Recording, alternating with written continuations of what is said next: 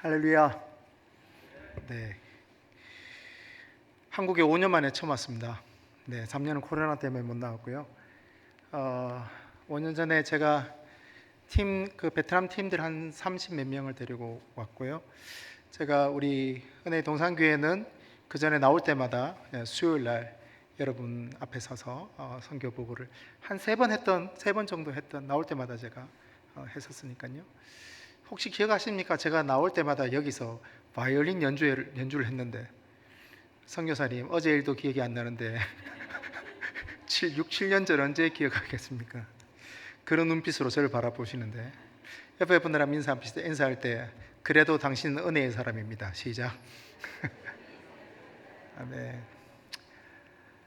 5년 만에 처음 나오니까 오늘 이교 목사님하고 같이 식사 교제를 하면서 그런 얘기를 했는데, 하늘도 새롭더라고요. 공항에서 나와서 고속도로를 이렇게 지나가는데 도로만 봐도 은혜가 돼요. 베트남은 도로가 울퉁불퉁하거든요. 그래서 저는 오토바이를 타는데, 오토바이를 타면서 초기 한 1년 지나고 한 2년 차에 오토바이 사고가 있어 죽을 뻔했었습니다. 하나님의 은혜로 살았었는데, 울퉁불퉁해요. 울퉁불퉁해서 한 40분만 운전을 하면 세상의 피곤이라는 피곤은 다 경험할 수 있습니다. 여러분 한번 제대로 피곤을 경험하려면 베트남에 오시면 됩니다. 그러면 한국에서 사는 것이 정말 내가 편하게 살았구나 라고 생각할 수 있으세요. 근데 도로를 이렇게 차를 타는데, 도로에서 차를 타는 것만 해도 은혜가 되는 거예요. 하늘을 봐도 은혜가 되고, 옆에 있는 강을 봐도 은혜가 되고 그랬습니다. 외국에 나가서, 특히 선교지에 나가 있으면은 애국자가 됩니다. 애국자가 되는데 참 은혜가 되었습니다. 그리고 한국에 계신 믿음을 지키는 성도님들이 기억이 났습니다. 제가 기억나는 목사님들도 계셨고, 그 중에 우리 이현 목사님도 계십니다. 그리고 또 성도들도 있고, 한국교회를 생각을 해보았습니다. 정말 여러분들 오늘 이렇게 보니까 토요일날 이렇게 예배 드리기 위해서, 하나님 앞에 또 기도하기 위해서 이렇게 나오신 여러분들이 얼마나 귀한 줄 모릅니다. 여러분 그냥 나오셨죠? 그냥 이렇게 수요일이 되니까 나오셨는데 정말 귀하십니다. 이렇게 믿음을 지키시면서 하나님을 하여금 또 교회가 교회 되게끔 하기 위해서 여러분 이 자리를 지키면서 기도하는 거요, 정말 귀한 일입니다. 그리고 여러분 정말 힘든 가운데 이 땅에서 살아가시면서 그래도 약속의 말씀을 놓지 않으려고, 말씀대로 살려고 하는 여러분들이 있기 때문에 한국이 소망이 있다고 저는 생각합니다. 예전 역사를 생각해 보았어요. 역사에는 사실은 일반 역사도 마찬가지고 교회사도 마찬가지고, 교회사를 생각하면 어떤 목사님들, 부흥사들 이렇게 많이 이름이 있잖아요. 이름이 있고, 일반 역사에도 정치인들, 왕이나 대통령, 1공화국, 2공화국, 3공화국, 5공화국 이렇게 생각할 때 그 위정자들을 생각하는데, 근데 저는 교회 역사들, 한국 교회 역사들을 생각하면서 정말 목사님들도 너무나 소중한 분들이셨지만, 정말 소중한 분들은 맨바닥 요즘처럼 이렇게 의자가 되어 있지 않고 이렇게 마루였잖아요. 예전에 마루에 앉아서 자기 아이 3살도 되지 않는, 2살도 되지 않는 아이를 포대에 엎는다나요? 엎고 앉아서 무릎을 꿇고 하나님요 하나님요 했던 그 어머니들의 기도, 그 어머님들의 기도 때문에 한국교회는 이까지 올 수 있었다고 저는 믿습니다. 저는 그분들이 한국교회의 주인공이라고 저는 생각해요. 그러면서 그 생각이 드는 거죠. 그리고 이 한국 땅에서 지금도 여러분처럼 이렇게 예배당에 오셔서 기도하기 위해서, 이 저녁에 할 것도 많은데 여러분 이 저녁에 오셔서 기도하기 위해서 오신 여러분들 때문에 아직까지 한국교회는 소망이 있습니다. 어떠한 이야기가 들린다 할지라도 우리가 기도할 때, 우리가 주님 앞에 나와서 우리가 근심이 있고 우리가 눈물이 있지만 그럼에도 불구하고 하나님 앞에 우리가 기도하기로 결정하고 주님의 보좌 앞에 있을 때, 그 사람들 때문에, 여러분들 때문에 한국교회는 희망이 있다고 생각합니다. 은혜의 동산교회도 여러분이 이 자리에 지금 있기 때문에, 여러분이 이 자리에 하나님 앞에 기도하기로 결정하고, 여러분이 여러분의 그 맡은 자리에서 주의 나라를 위해서, 주의 교회를 위하여서, 정말 하나님의 그 잃어버린 한 영혼을 위하여서, 지금도 상처받고 지금도 소외되고 지금도 괴로워하는 그 나에게 주어진 그 한 영혼을 위해서 여러분의 삶을 드리는 그것이 가치가 있기 때문에, 그것이 가치가 있기 때문에 은혜의 동산교회가 저는 있다고 믿습니다. 아멘.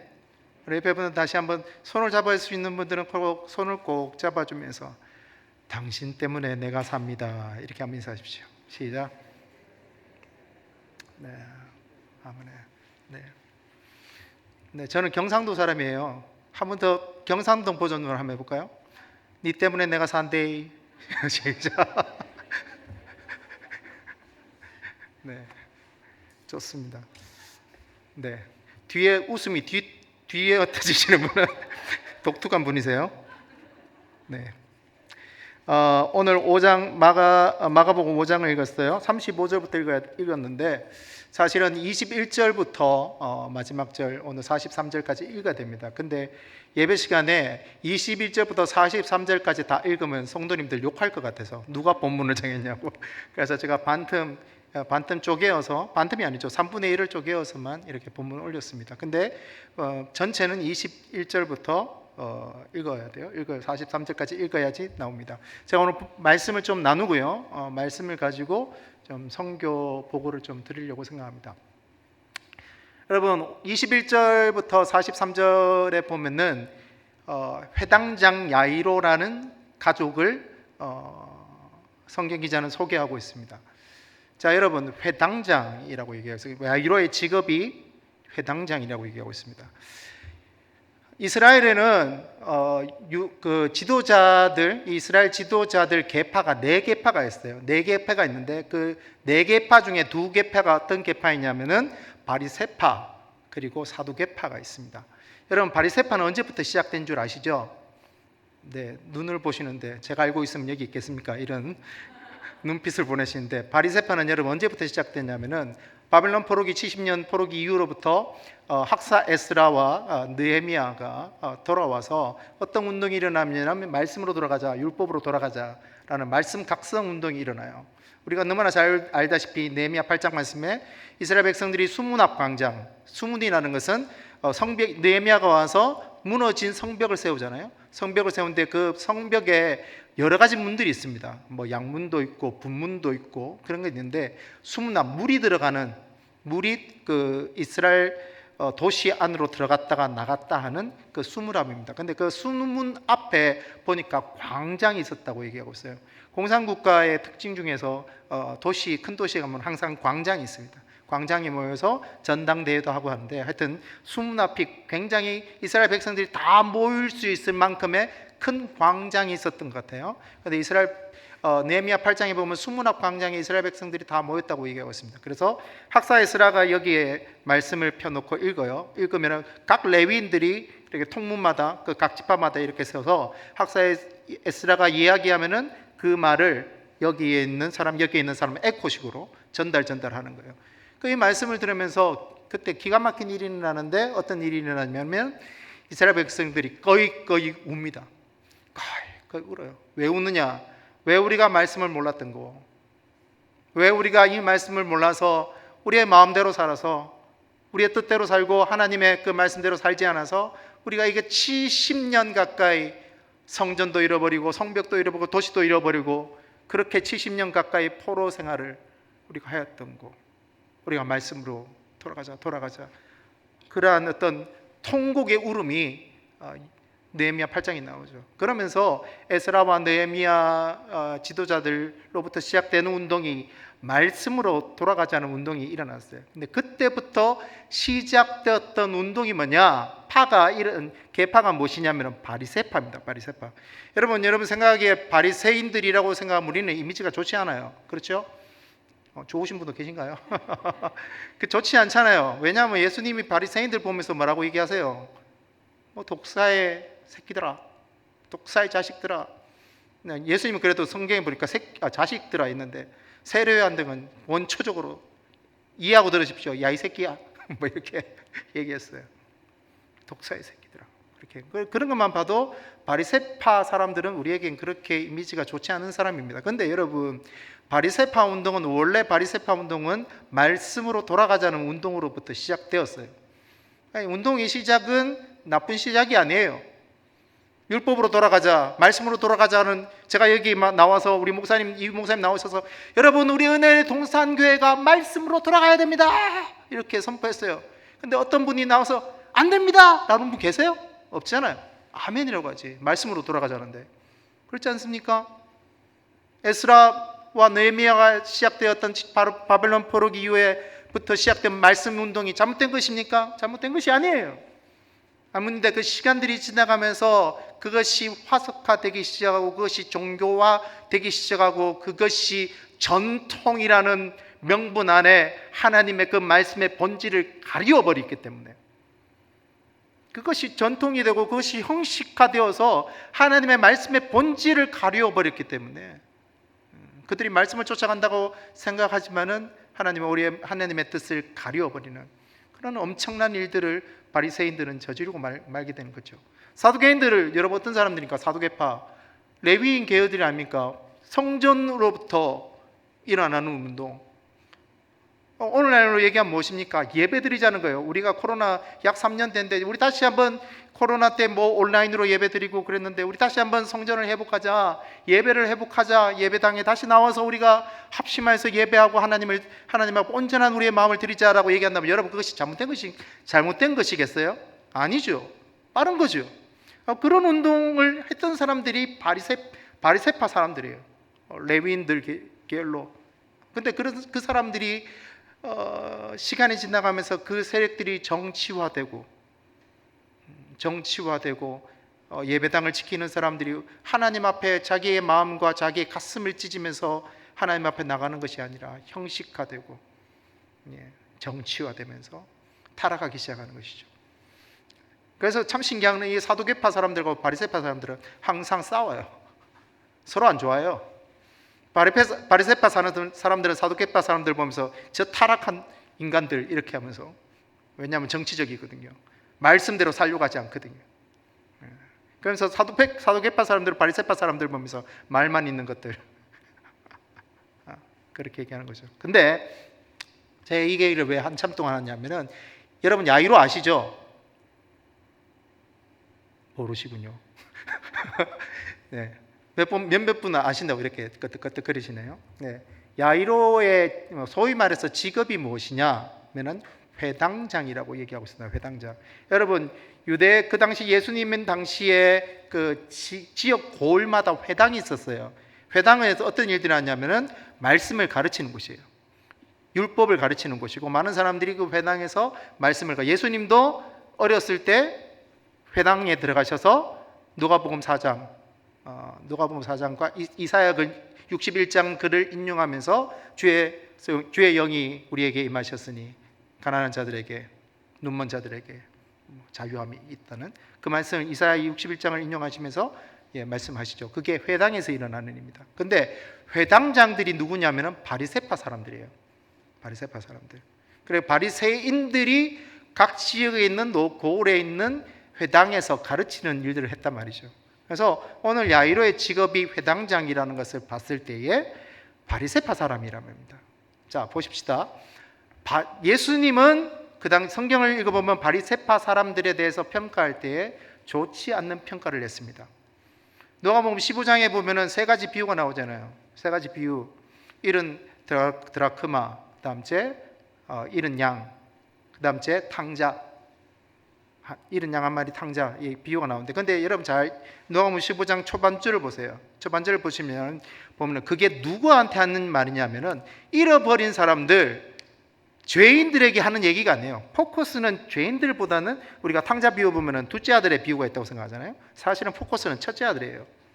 왜냐하면은 누가복음 15장 첫 번째를 보면은 바리새인들이 예수님을 보면서 수군거렸다.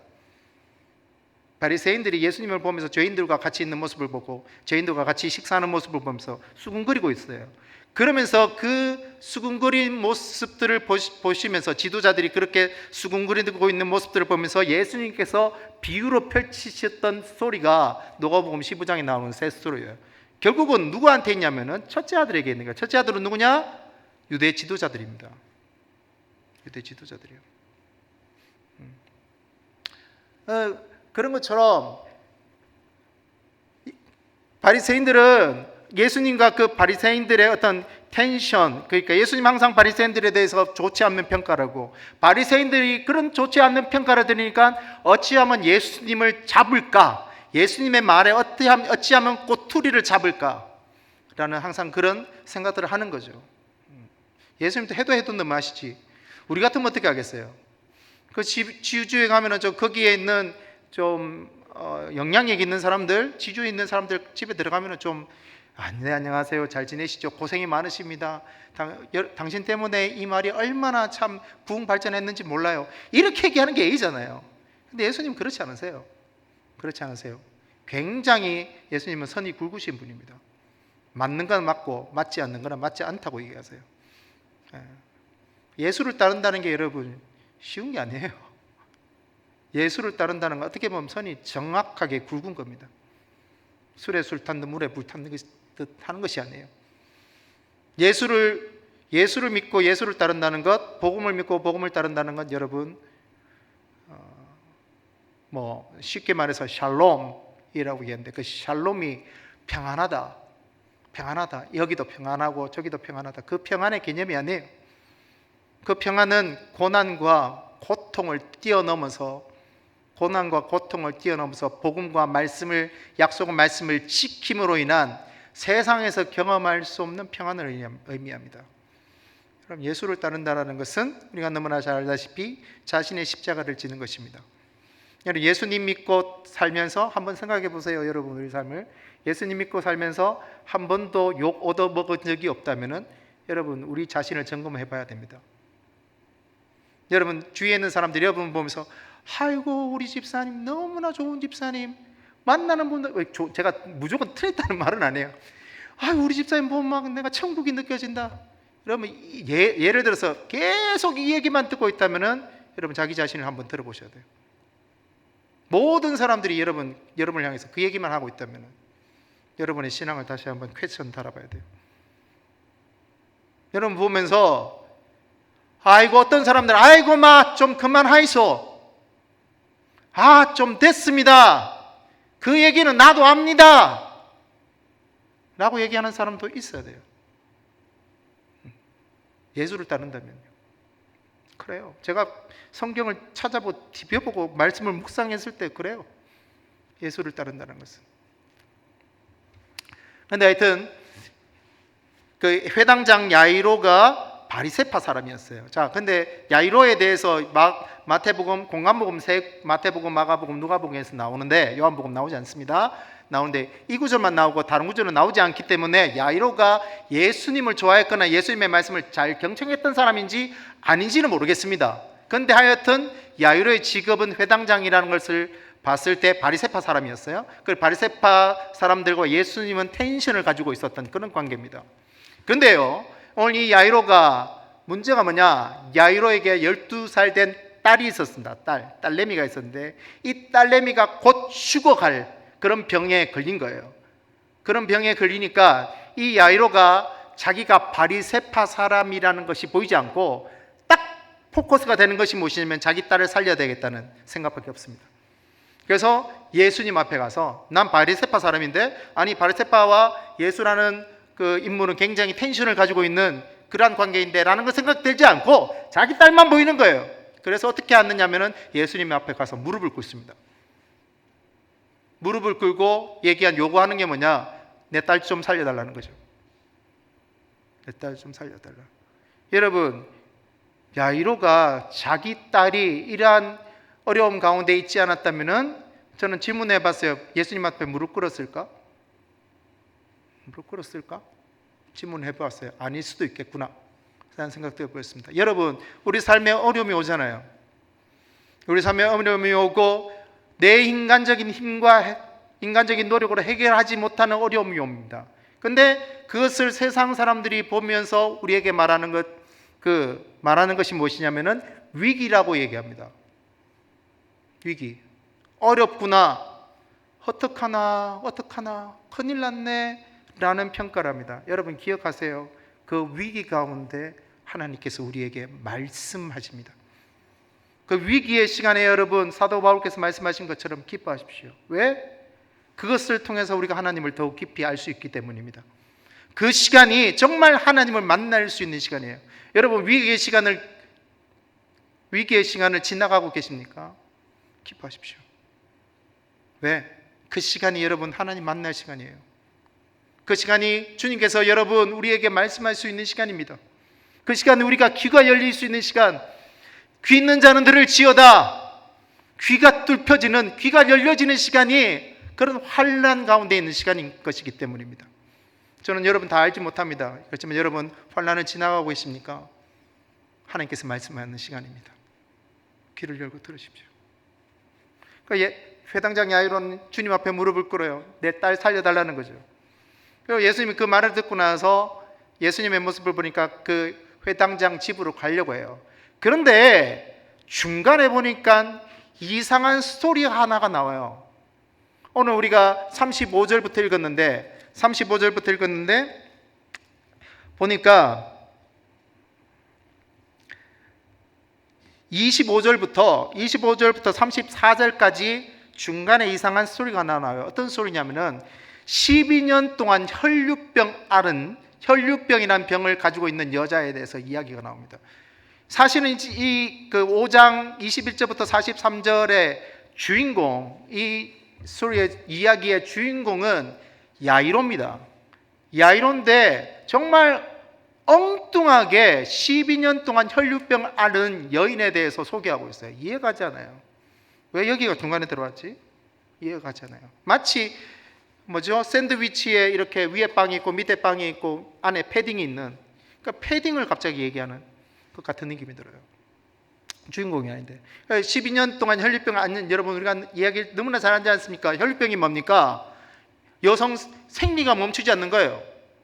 12년 동안 생리가 멈추지 않으면 어떻게 되겠습니까? 이 여자가. 그것도 몇 달이 아니고 12년입니다. 12년. 제가 베트남 간 지가 이제 11년 차 들어가고 있습니다. 11년 차. 돌아보니까 짧았던 것 같은데 그렇다고 해서 절대 짧았는 시간이 아닙니다. 짧았던 시간이 아니에요. 40대를 제가 베트남에 다 보냈습니다.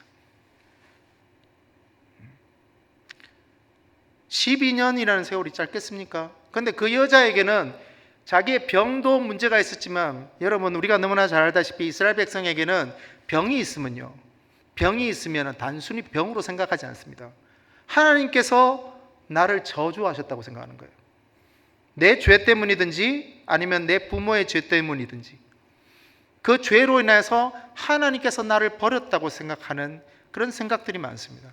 그 사람들도 병자들을 보면 문둥병자나 눈먼 자들이나 안진뱅이나 하여튼 장애인들이나 아니면 병든 사람들을 보면서 단순히 병자로 생각하지 않고 어떻게 합니까? 하나님께서 저주한 사람이라고 생각하고 있어요. 여러분 율법을 잘 보십시오. 안진뱅이나 또 문둥병이나 그렇게 했을 때에 어떻게 하느냐 하면 그 사람들이 만약에 병에서 나았을 때에 의사한테 가라고 얘기하지 않아요. 누구한테 가라고 합니까? 제사장한테 가라고 얘기해요. 제사장한테 가라. 왜 제사장한테 가라고 얘기한 줄 아닙니까? 하나님이 용서하셨다는 거예요. 하나님이 용서하셨다. 하나님이 회복하셨다라는 그런 개념이 있기 때문에 병이 나면 제사장한테 가서 제사장이 자, 당신은 병이 나았습니다라고 얘기하는 거예요. 그게 종교적 행위입니다. 그런 것처럼 12년 동안 혈류병 앓는 여자가 단순히 자기의 병 때문에 고통받는 것이지만 더 고통스러운 게 뭐냐면은 하나님이 나를 버렸다는 거예요. 자기 자신도 하나님 나를 버렸다고 생각하지만 남들도 지나가면서 여자를 쳐다보면서 아이고 저주받은 것 한마디씩 하면서 같지 않습니까? 같지 않았겠습니까? 그런데 이 여자가 인생에 있어서 기회가 왔어요. 예수님이 지나간다는 얘기를 들은 거죠. 근데 예수님이 다른 고을에서도 그 다른 지나가는 곳곳마다 병자가 나았다는 얘기를 듣는 거였거든요. 그러니까 이 여자가 성경에 나와 있지 않지만 뛰어갔는지 아니면 기어갔는지 알 수는 없습니다. 하여튼 처절하게 예수님 앞에 갔겠죠. 그 무리 사이를 뚫으면서 가서 어떻게 했느냐? 예수님의 옷에 터치를 합니다. 예수님 옷에 손만 대어도 나을 수 있겠다는 믿음이 있어서, 여러분, 예수님의 옷에 능력이 있다기보다는 그 여자의 믿음이 그를 회복시키게 만드는 거예요. 그 여자의 믿음이. 근데 예수님이 자기 안에서 능력이 빠져나갔다는 걸 아셨죠. 그래서 제자들에게 묻는 거예요. 내 능력이 빠져나갔다는 거예요. 누가 내 옷에 손을 대었냐고 하니까 제자들이 모르겠는데요 이렇게. 그 많은 사람들 가운데 있으니까 제자들도 누가 손댔는지 어떻게 알겠습니까? 혹시 막 예수님께서 자기를 혼내나 싶어서 잘 모르겠습니다 이렇게 얘기하는 거예요. 그러면서 예수님이 이 12년 혈류병 안 여자에 대해서 자기 능력이 빠져나갔다는 걸 알고 그 여자를 찾아가셔서 네 믿음이 너를 구원하였다고 말씀하시죠. 자, 그런데 그 뒤에 오늘 본문을 읽었던 건 35절부터 다시 야이로 스토리가 나와요. 근데 저는 보기에 이 12년 동안 혈류병 앓은 여자 스토리에 대해서 저는 예수님의 의도가 있었다고 생각해요. 그냥 단순히 지나가기 때문에 여자를 고쳤다. 여자가 손이 되어서 손을 대었으면 그냥 손을 대고 그냥 가면 되잖아요. 근데 의도적으로 거기서 멈춘다니까요. 시간을 끌어요. 뒷절에 우리가 35절 오늘 본문 읽었지만 아시지 않습니까? 야이로 회당장 종들이 그쪽으로 찾아와서 선생님 더 이상 예수님을 괴롭게 하지 마십시오. 왜냐하면 당신의 딸이 이미 죽었다는 거예요. 이미 심장이 멈춘 거예요. 맥박이 끊어진 겁니다. 죽었기 때문에 이미 끝났습니다. 더 이상 예수님 괴롭게 하지 마시고 그냥 집으로 돌아가시죠 라고 얘기해요. 죽은 거예요. 예수님은 믿기만 하라고 얘기하고 야이로에게 얘기하면서 믿기만 하라고 얘기하면서 그때 다시 야이로 집으로 가기로 하고 걸어가십니다. 걸어가니까 어떤 일들이 일어나요? 사람들이 야이로 딸이 죽었는 걸 보면서 엉엉 울고 있거든요. 울면서 막 그렇게 하고 있는데 예수님 그 야이로의 딸을 보면서 사람들은 그 현상을 보면서 판단하고 이야기하는 것이 무엇이냐? 사망, 죽었다라고 얘기해요. 근데 예수님의 판단은 어떤 줄 아세요? 예수님은 똑같이 거기에 있는 울고 있는 사람들처럼 죽었다라고 하지 않고 잔다라고 얘기해요. 저 아이가 죽었던 것이 아니라 잔다라는 판결을 내리세요. 자, 제가 여러분께 물어볼게요. 죽은 게 맞습니까? 자는 게 맞습니까? 모르십니까? 여러분, 죽은 게 맞아요. 그렇지 않습니까?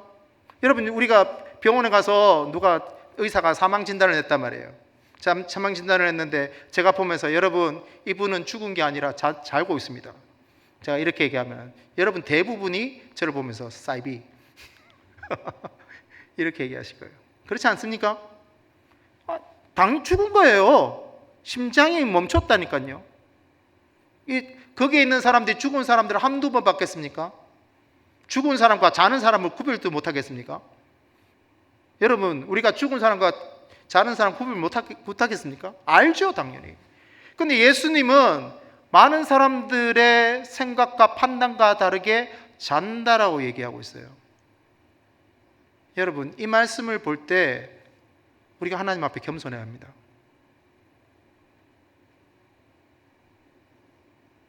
정말 하나님의 생각과 주님의 생각, 우리의 생각은 다를 때가 있습니다. 하나님의 가능성, 성령님의 가능성, 예수님의 가능성, 주님의 가능성과 우리의 가능성은 하늘과 땅 차이입니다. 주님의 일하심 앞에, 주님의 약속하신 말씀 앞에 여러분, 우리는 겸손해야 합니다. 여러분, 지금 우리가 이것을 보면서 그 여자아이가 났다는 걸 알지만 우리가 그 현장으로 돌아가 보자고요. 믿을 수 있습니까? 성경에 보니까 뭐라고 얘기하고 있어요? 예수님이 잔다라고 얘기하니까 그 주위에 있는 사람들이 어떻게 한 줄 아세요? 웃습니다.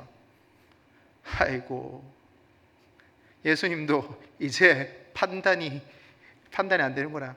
예수님 뭐 안진뱅이도 살아나시고 눈병자도 일어나게 하시고 문둥병자도 살게 하셨는, 문둥병자도 회복하셨는데 이거는 좀 아니잖아. 이거는 죽었는데 이미 생명이 끊겼는데 잔다니 이거는 좀 아니잖아 라고 생각하는 거죠. 예수님 판단은 잔다 했습니다. 그리고 예수님 사랑하는 세 제자만 데리고 와서 그 12살 된 여자아이 앞에 섭니다. 그리고 그 여자아이 앞에서 우리가 너무나 잘 알고 있는 달리다 쿰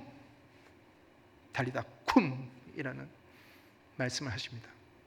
소녀야 일어나라. 어떻게 됩니까? 죽은 여자아이가 살아납니다. 상상을 할 수 없는 이야기입니다. 인간의 이성으로 도저히 판단할 수 없는 이야기입니다.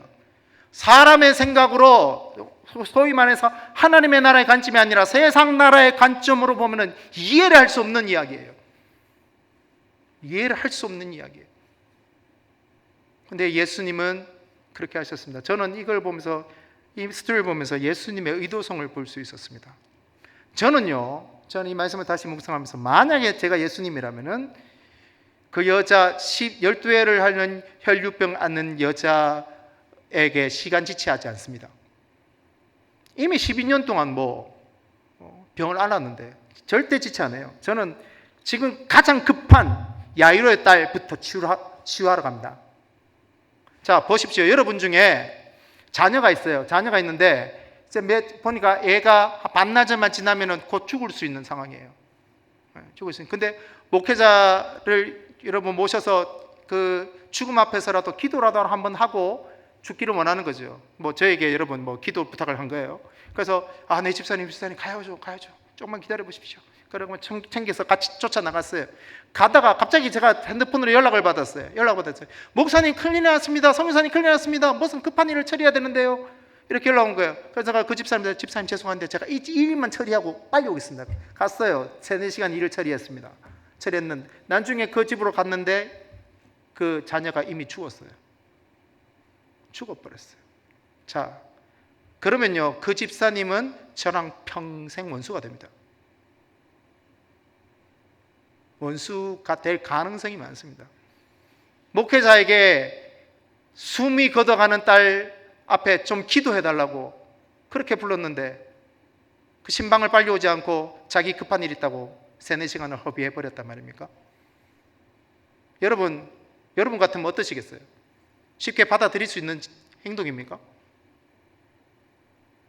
쉽게 받아들일 수 있는 행동이 아니에요. 야이로의 마음이 어떻겠습니까? 회당장 야이로의 마음. 저 같으면은, 제가 예수님 같으면 회당장 야이로 집부터 먼저 갑니다. 가서 딸부터 해결해 놓습니다. 그리고 다시 돌아오면 되잖아요. 12년 동안 혈류증을 앓는 여인에게 다시 와서 해결해 주면 되잖아요. 그렇지 않습니까? 소위 말해서 그게 일석이조죠. 우선순위가 회당장 야이로의 딸이 우선순위인 거예요. 그렇게 하면 되잖아요. 근데 제가 보니까 예수님은 의도적이세요. 오히려 이 여자아이가 죽기를 기다리셨던 것 같아요. 왜? 삶과 죽음 또한, 생명 또한 주님께 있는 것을 이 땅에 말씀하시기 위해서. 단순히 병을 고치시고 하나님의 말씀을 이야기하시는 주님이 아니라 생명의 주관자가 주님이시다는 것을 드러내시기 위해서, 그 사건으로 통해서 예수님의 의도성이 저는 있다고 생각합니다. 예수님의 의도성. 여러분, 우리가 코로나를 지나고 오고 있습니다. 그렇죠? 코로나를 지나고 있는데 코로나를 통하여서 여러분 지난 한 약 3년 좀 덜 되지만 3년 동안 세계에 수많은 사람들이 죽었습니다. 한국뿐만 아니라 전 세계에 수많은 사람들이 죽어나갔습니다. 우리가 살았던 이 세대 가운데 20세기와 21세기에 이러한 일들이 있을, 전쟁 말고 이러한 전염병 때문에 이렇게 수많은 사람들이 죽어나갔던 적이 있었을까 싶을 정도로. 여러분, 베트남은요, 코로나가, 여러분 백신 맞기 전에 베트남에도 코로나가 왔는데 어른들은 죽어도 아이들은 죽지 않습니다. 아이들은 죽지 않아요. 그래서 어른들이 죽고, 베트남에는 한 가정당 아이들이 8명, 9명이래요. 우리나라 뭐 90년대 초반, 90년대가 아니라 50, 60년대 초반처럼 그렇잖아요. 예전에 우리나라 막 한 가족당 8명, 9명 이렇게 했잖아요. 집에 가면 바글바글거리고 그랬잖아요. 지금 베트남 그래요. 8명, 9명. 그래서 40대 이하가 인구의 40%입니다. 가능성이 있는 나라죠. 우리는 40대 이하가 거의 없는데, 우리나라는 40대 이하가 인구의 40%예요. 엄청 많습니다. 젊은 사람들이요, 나갈 때마다 다 젊은 사람들이에요. 젊은 사람들. 근데 코로나가 걸렸는데 부모가 죽은 거예요. 근데 아이들은 살아남은 거예요. 졸지에 구화가 됐습니다. 그 구화가 된 아이들이 1000명이에요. 약 1000명이에요. 그러니까 얼마나 많은 사람이 죽었는지 모릅니다. 베트남에도 죽었고, 유럽에도 그렇고, 남아메리카, 북아메리카, 뭐 북아프리카도 마찬가지고 수많은 사람들이 죽어나갔습니다. 이것을 어떻게 해석하겠습니까, 우리가? 저는 코로나가 하나님께서 우리를 괴롭히기 위해서 하나님께서 허락하셨다고 생각하지 않습니다. 코로나는요, 인간의 죄로 인한 결과입니다. 인간의 죄로 인한 결과로 드러난 것이 코로나예요. 그런데 하나님께서 그것을 허용해 놓으셨습니다. 이 땅에 허락해 놓으셨단 말이에요. 그런데 하나님께서는 그 코로나로 인해서 우리에게 무엇을 요구하시냐면은, 우리가 하나님의 그 연단을 뛰어넘어서 정금과 같이 나올 수 있도록 우리를 테스트하기 위해서 허락해 놓으신 겁니다. 그리고 하나님의 교회와 하나님의 믿음을 지키고 있는 사람들을, 다시 한번 믿음을 지키고 있는 사람들을 찾아내기 위한 하나님께서 그것 또한 하나님의 계획으로, 하나님의 계획으로 쓰고 계신다고 저는 믿습니다. 그래요. 근데 이 코로나 기간이 끝마치고 나서, 코로나는 시간을 지나면서 어떤 분들은 하늘을 보면서 하나님 살아계십니까? 우리 베트남 단원들 중에서도 부모님을 잃은, 할머니를 잃고 부모님을 잃은 단원들이 있어요. 청년들이 있어요. 어떻게 위로를 합니까? 어떻게 다 말을 할 수 있겠어요? 그러면서 그 친구들이 하늘을 보면서 하나님 살아계십니까? 그런 처절한 눈물과 통곡이 지난 3년 동안 있었단 말입니다. 전 세계에. 이것을 근데 어떻게 우리가 해석할 수 있습니까? 마치 야이로의 딸 12살 아이가 죽은 것을 보면서 수많은 사람이 통곡을 하면서 엉엉 울고 있는 장면이 마치 지금 이 시대를 살아가고 있는 우리의 모습이 아닙니까? 그런데 여러분, 이 시대를 보면서 우리는 눈물을 흘리고, 하나님 어떻게 해야 됩니까? 교회를 보면서 여러분, 많은 사람들이 이 코로나 때문에 교회가 이상하게 됐어요. 교회가 코로나의 무슨 시발점인 것처럼 교회에 오지도 못하고, 교회 오는 것이 어색하게 되고, 온라인이 더 편하게 되어서 그런 시대가 되어버렸어요. 세상 사람들은 교회를 향해서 손가락질합니다.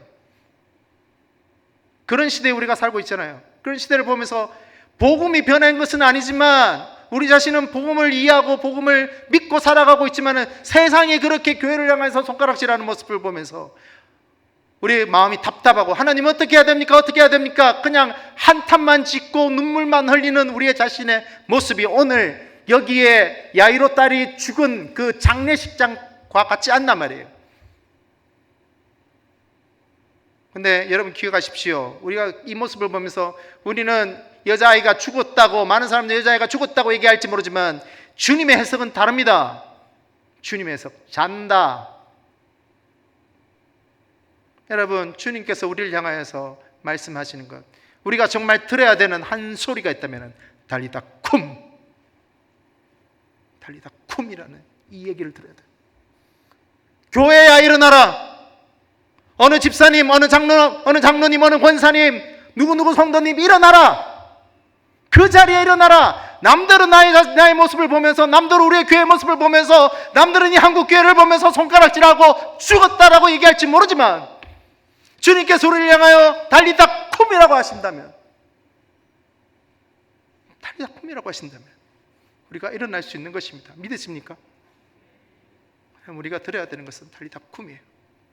세상 사람들이, 아니 믿는 사람조차 죽었다고 얘기할지 모르지만, 주님은 우리를 향하여서 아니 잔다.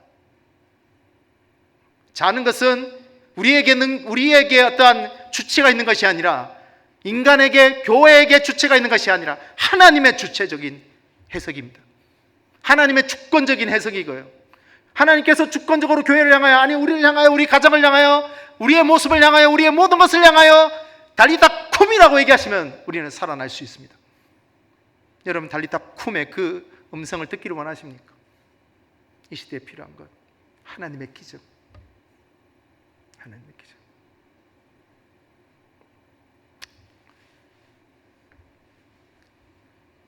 베트남 간 지 11년이 됐습니다. 11년이 되어서 저는 사역을 하면서, 저번에 제가 와서 말씀드렸는데, 창세기 26장 그 이삭의 우물을 제가 말씀을 나누었어요. 나누면서 마지막 세 번째 르호봇, 다툼이 없었다는 그 르호봇을 가지고, 그 우물이라는 이름을 가지고, 우물이 영어로 The Well이거든요. The Well. 근데 The Well Ministry, 현지 선교단체를 창립했습니다. 그 오케스트라를 창립하고, 지금은 찬양과 예배팀 그리고 훈련팀 이렇게 창립했어요. 하나님께서 그 당시에 제가 그거 오케스트라 연주 때문에 제가 오토바이 사고 때문에 죽을 뻔도 했었어요. 현지 그 교회 가서 100명의 합창단 성가대를 연습시키는데 오토바이 사고 나서 죽을 뻔도 했어요. 했는데, 그리고 나서 그때 허락하신 말씀이 더 이상 싸움이 없고 네 지경을 넓히시겠다라고 하셨던 말씀입니다. 10년이 지났습니다. 저희 더웰 스태프들이 40명입니다. 더웰 스태프들이 40명이고, 원래 2월 달부터 5월 달까지 12주 동안 미니 TTS, LTS로 리더십 트레이닝 스쿨인데, 영성훈련학교, 제자훈련학교, 그다음 제 리더 훈련학교를 했습니다. 9명의 스태프들과 약 20명의 학생들이 12주 동안 했습니다. 그 12주 동안 할 때 오미크론이 터졌어요. 저도 그때 오미크론을 당했습니다. 어떤 학생들이나 또 간사들, 스태프들도 나오지 못하는, 한 주 동안, 2주 동안 때는 나오지 못하지만 12주 동안 정말 은혜 가운데, 너무나 은혜 가운데 마쳤어요. 힐링 기간, 치유 기간에는 정말 하나님 말할 수 없을 정도로 은혜를 부어주셨어요. 부어주셨고, 베트남에는 여러분 알다시피 한 50%, 한 60% 되는 가정들이 결혼을 하고 이혼을 합니다. 어떻게 이혼하냐면, 남편들이 가족을 돌아보지 않아요.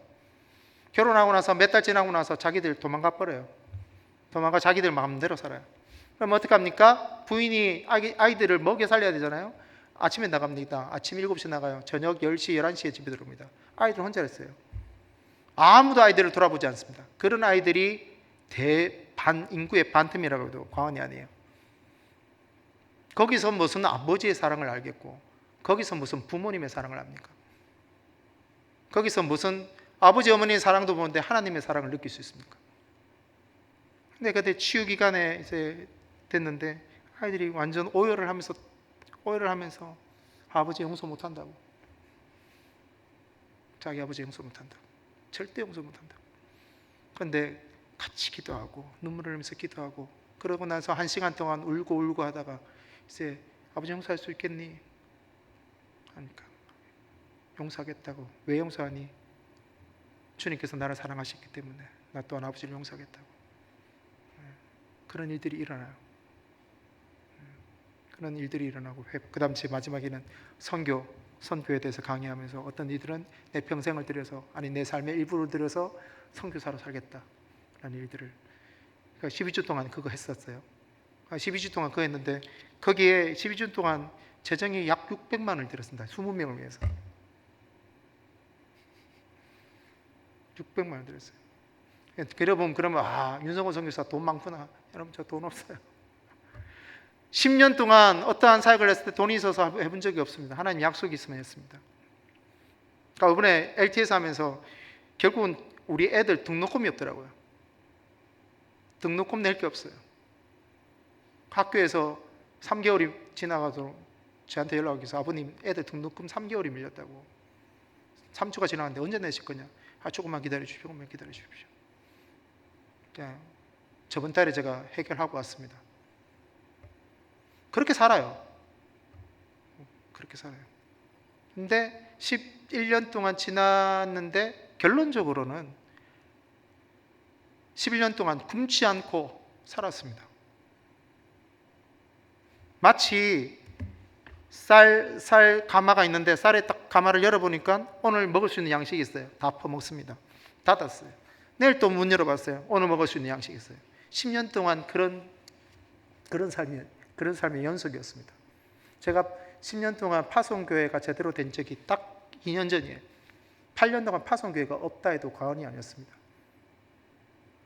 그런데 하나님께서 굶어 죽이지도 않으셨고, 제가 2년 된 선교사가 저보고 하는 말이 뭐냐면은 윤성원 선교사님은 호치민에서 손가락 안에 드는 바쁜 선교사님이다 그래요. 정말 바빠요. 저 사실은 한국에 나올 수 있는 제가 그 여건이 안 돼요. 너무 살기 바빠서. 지금도 훈련학교 MTS라고 뮤직 앤 미디어 트레이닝 스쿨, 근데 저는 한 30명, 20명, 30명 올 줄 알았는데 미디어 학교, 그다음 우리 여기 찬양팀도 있는데 베이스 기타, 일렉 기타, 드럼, 그다음 뭐죠? 음량 배우는데 70명이 왔어요. 70명이. 저희 선교센터 70명 받아들이지도 못해요. 그만큼 많이 왔어요. 그러니까 교실마다 흩어져서 막 에어컨도 안 되는데 그 찜통 더위에 막 강사하고 땀을 뻘뻘 흘리면서 월요일 저녁에 그렇게 배우고 있습니다. 8월 8일 날 졸업식이에요. 근데 훈련학교가 진행되는 가운데 제가 나왔어요. 나왔는데 지금 안 나오면 도저히 못 나올 것 같아서 5년 동안 제가 건강검진을 한 번도 못 했거든요. 선교사가 해야 되는 것 중에 사역도 있지만은 파송한 교회, 후원하는 교회에 와서 선교에 대해서 보고하는 것도 선교사에 해야 될 임무 중에 하나입니다.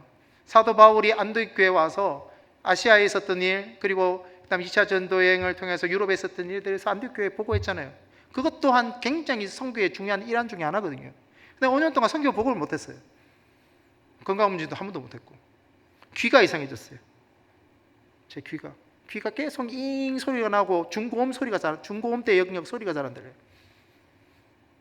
안 나오면 안 되겠더라고요. 연말에 나올 수 있는 상황도 안 되고, 연말엔 또 LT에서 영상 제자훈련 기기가 시작되고 12월 28일 날 베트남에서 한 번도 있지 않았던 찬양과 경배 크리스마스 대축제를 호치민에서 가장 큰 극장에서 대대적으로 제가 할 계획이 있습니다.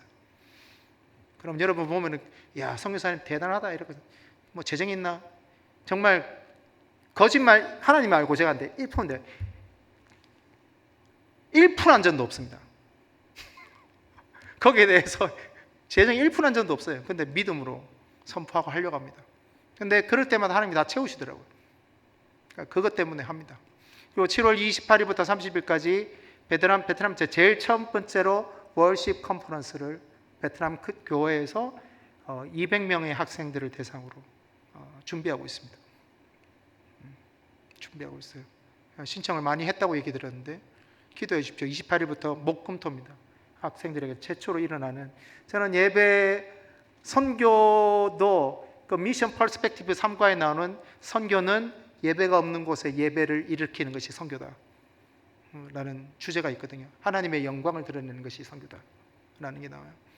예배는 단순히 어떤 교회에서 드려지는 것이 아니라 선교의 일 안에서도 가장 중요한 것이 저는 예배라고 생각해요. 예배가 살아나면 한 영혼이 살아납니다.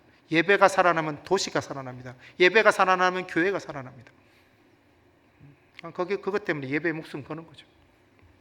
그래서 예배 컨퍼런스를 준비 중에 있습니다.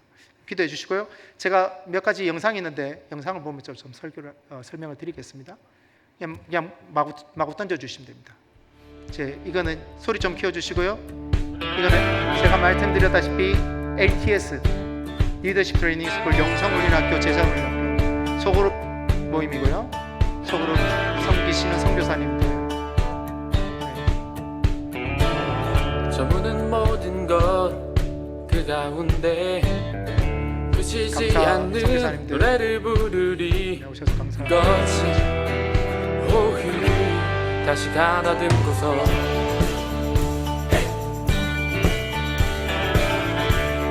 저 방이 한 20명 들어가면 꽉 차요. 아득하게 보이는 곳 멈추지 않는 한 걸음 내딛네. 거친 오일이 다시 가다듬고서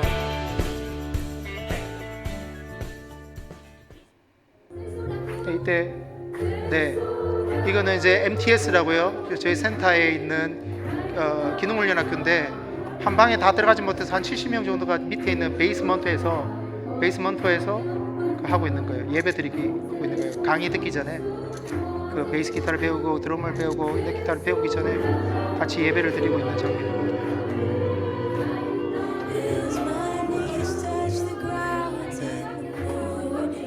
네, 그렇게 드리고 있는 장면. 나중에 제가 여기 지금 화면에서 잘 안 보이지만 앞에 찬양 인도하는 장면에 대해서 제가 마지막에 좀 얘기를 나누겠습니다. 네.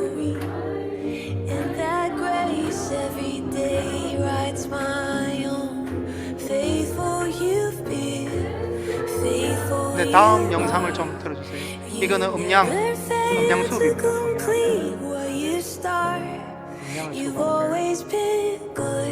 각 교회마다 각 지역마다 청년들이 저렇게 와서 방송실을 섬기는 친구들도 있고 아니면은 또 음량에 관심 있는 친구들이 와서 저렇게 수업을 매주 지금도 월요일 저녁마다 저렇게 하고 있어요. 그리고 이틀 전에도 했다고 제가 사진을 받았습니다. 무선으로 이렇게 음량에 대해서 똑같이 생겼죠? 무선 마이크하고 선교사님이세요. 목사님이신데 음량을 좀 모양이 똑같이 생겼죠? 전문가셔서 같이 섬겨주고 강의로 섬겨주고 계십니다. 그런데 6개 중에 한 대는 네. 안 되는 거. 네, 다음 영상 있습니까? 네, 이거는 미디어, 방송 미디어 카메라에 대해서 강의하고 계세요. 기준이 필름 카메라에 우리는 기준을 카메라 잡아요. 대해서. 다음 영상. 네, 이건 베이스 기타. 이분이 석사 실용음악과 석사까지 나오셨어요. 석사 나오셨는데 베트남에서 살고 계신 분이에요. 집사님이신데 가르쳐주고 계세요. 베이스 학생들을 저렇게 가르치고 있는데 좀 수준이 여러 차이들이 있어서 좀 고생을 많이 하고 계세요. 지금 날씨가 더운데 에어컨이 제대로 안 돼서 덥다고 저보고 더워요. 그렇게 하고 계십니다. 다음 드럼 레슨이에요. 오케이. 저분도 이제 실용음악과 석사까지 나오는데 제가 찍고 있으니까 나가라고. 통역해 주세요. 나가주세요. 네, 자, 저렇게 연습하고 있습니다. 네, 됐습니다. 사우더. 네, 지금도 이제 그 월요일 저녁마다 저렇게 하고 있고 기도해 주십시오. 그리고 저번 주부터 금요 모임이 한 100명 정도 청년들이 매주마다 금요일 와서 뜨겁게 찬양하고 도시를 위해서 자기 자신을 위해서 나라를 위해서 교회를 위해서 예배하고 찬양하는 모임을 저희가 매주 금요일마다 진행하고 있습니다. 이번 주 금요일도 하고요. 코로나 때문에 2020년부터 시작했는데 코로나 때문에 못했어요. 그리고 6월 달부터 다시 시작하고 그렇게 하고 있는데 계속 매주 금요일마다 일들을 통해서 정말 베트남 나라를 위해서 교회를 위해서 그리고 열방을 위해서 눈물 흘리고 하나님 앞에 나가는 청년들이 일어날 수 있도록 여러분 기도해 주십시오.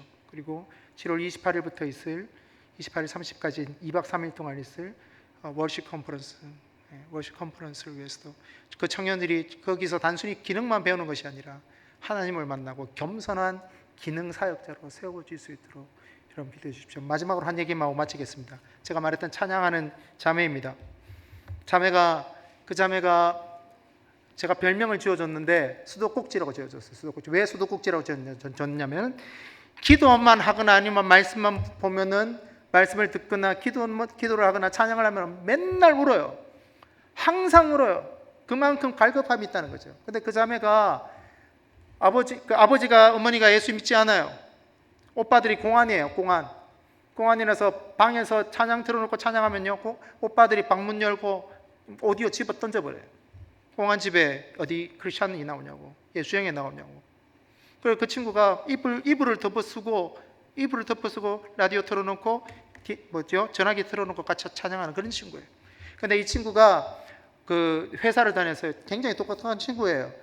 하노이에도 회사가 있고 호치민에도 회사가 있는데, 하노이 스태프들, 직원들하고 호치민 스태프들 각 150명 되는 스태프들을 관리하는 매니저예요. 매니저인데 그 친구가 우리나라 돈으로 월급이 한 140만 원. 여러분 140만 원 아이고 어떡하나 생각하는데, 베트남 평균적인 직원들 월급이 40만 원, 50만 원, 60만 원, 많이 받으면 60만 원, 70만 원이에요.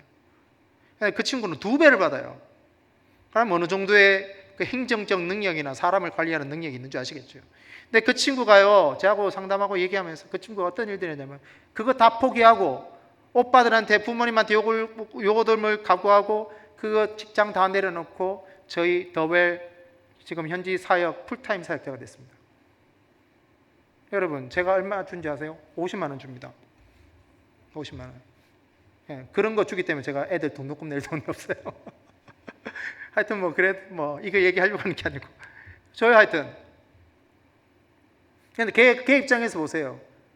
여러분 월급으로 가치로 따진다면은 이걸 어떻게 할 수 있습니까? 선택할 수 있는 게 아니에요. 근데 내가 그 친구한테 얘기했어요. 정말 수많은 베트남의 청년들이 내 삶을 보면서 도전받고 쫓아가게 될 것이다. 네가 하나님 앞에 어떻게 헌신하는 모습, 이거 한 모습을 보면서 네가 이 청년들의 거룩한 모델이 될 것이다. 수많은 아이들이 나도 예수님을 따르는 저 누나처럼, 저 언니처럼, 저 자매처럼 나도 저렇게 살아가야지 라고 얘기하는 거룩한 모델이 될 것이다. 두고 봐라. 그렇게 하나님께서 너를 쓸 것이다. 사람들의 역사의 가운데, 세상의 역사의 가운데 쓰이지는 않겠지만 하나님의 나라의 역사에 너는 굉장히 중요한 역사를, 다음 세대를 향해서 중요한 역사를 써내려가는 한 획을 긋게 될 것이다. 그런 얘기를 했어요. 저는 그리고 의심치 않습니다. 하나님께서 그 자매를 그렇게 쓰리라고 의심치 않습니다. 여러분 기도해 주십시오. 2년 안에 6명의 풀타임 사역자를 세우기를 원하는 마음이 있습니다. 제 마음이 그래요. 왜냐하면 각 영역마다 사역자가 필요하거든요. 그래서 이 땅에 정말 40대 이상이, 40대 이하가 40%, 인구의 40%라고 얘기하는데, 그 청년들을 향하여서 그리스도를 얘기하고 예배를 얘기하고 선교를 얘기할 수 있는 그런 리더들을 세우기를 원하는 마음이 있습니다. 여러분 기도해 주시고, 그리고 베트남 와주세요. 코로나도 풀렸는데 와주셔서 같이 눈물 흘리고 같이 기도했으면 좋겠습니다.